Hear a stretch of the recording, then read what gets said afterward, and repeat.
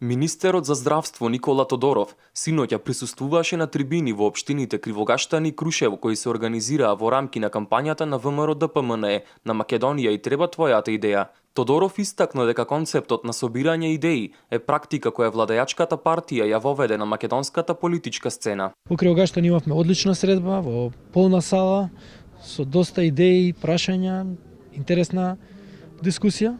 Се обидуваме некои од проблемите да ги решаваме веднаш, за некои од проблемите да се решат во определен рок. Како што кажував, и таму не ветуваме многу лесно, не ветуваме веднаш.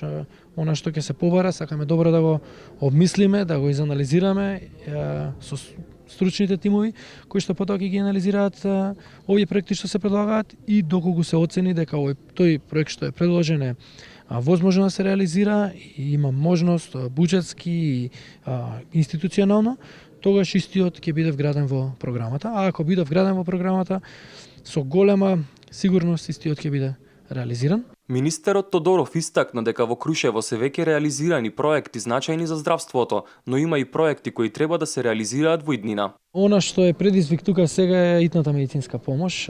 Информиран сум дека има еден доктор помалку тоа што е потребно, односно работат само 4 тима, така да тоа е еден од проблемите што во наредниот период треба да го решаваме. Се надевам дека ќе најдеме решение за тоа.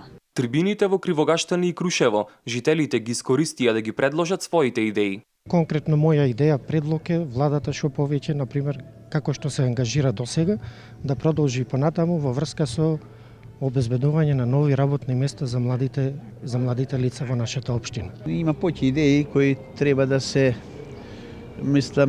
направат. Поправки на улиците, асфалтирање на некои улици имаме, инфраструктурата да се подобри.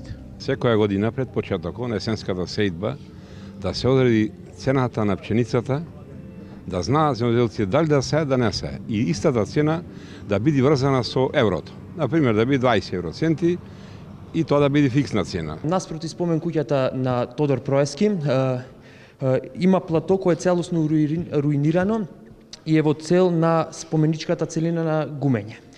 Сега, мој предлог е целосно да се уреди со гранитни плочи и со урбана опрема. Министерот Тодоров на крај посочи дека во тек е тендерот за комплетна реконструкција на Прилепската болница во вредност од околу 70 милиони денари, која дава услуги за жителите на целиот регион.